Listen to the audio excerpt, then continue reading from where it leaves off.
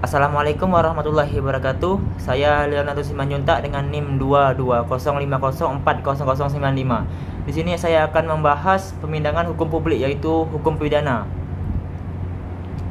Di sini saya akan membahas pertama itu pengertian, kemudian ruang lingkup dan tujuan, peristiwa pidana, unsur perumusan delik, asas berlakunya KUHP, dan subjek hukum pidana.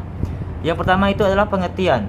Hukum pidana yang disebut juga ius poenale, yaitu sejumlah peraturan yang mengandung larangan atau keharusan di mana terhadap pelanggarannya diancam dengan hukuman. Hukuman pidana ini kemudian dibagi menjadi dua, yaitu hukum pidana material dan hukum pidana formil.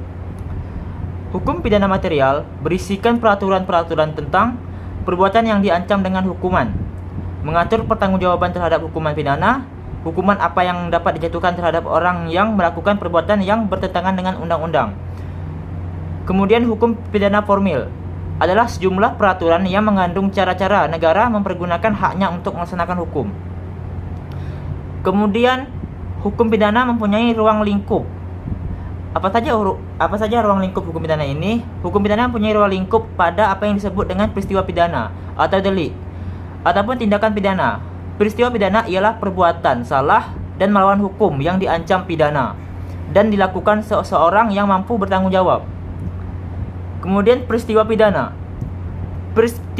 atau delik dibedakan menjadi tiga, yaitu delik formil, tekanannya pada sikap tindak atau perilakuan yang dilarang. Kemudian delik material, tekanan yang ada pada akibat dari suatu sikap tindak atau keperilakuannya. Kemudian unsur perumusan delik. Delik dasar yang dirumuskan sikap tindak atau perilaku yang dilarang.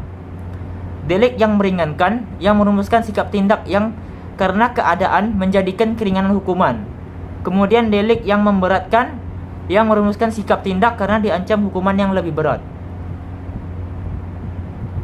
Kemudian asas berlakunya KUHP. Asas teritorial atau wilayah.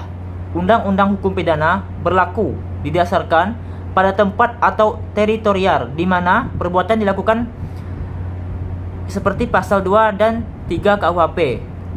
Pelakunya warga negara atau bukan tetap dapat dituntut.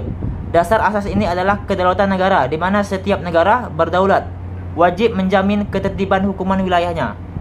Kemudian asas nasionalitas aktif atau personalitas. Berlakunya KUHP didasarkan pada kewarganegaraan atau nasionalitas seseorang yang melakukan suatu perbuatan. KUHP hanya berlaku pada warga negara tempat di mana perbuatan dilakukan tindak menjadi masalah, seperti pasal 5, 6, dan 7 KUHP. Kemudian asas universalitas. Undang-undang hukum pidana dapat diberlakukan terhadap siapapun yang melanggar kepentingan umum dari seluruh dunia. Dasar hukumannya adalah kepentingan hukum seluruh dunia, yaitu tercantum pada pasal 4 KUHP. Kemudian atau yang terakhir, subjek hukum pidana. Subjek hukum pidana ini terbagi menjadi 6 subjek hukum.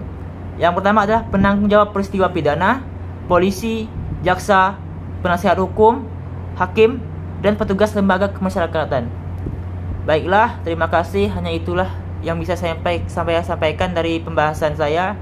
Bila ada kekurangan, mohon maaf. Wassalamualaikum warahmatullahi wabarakatuh.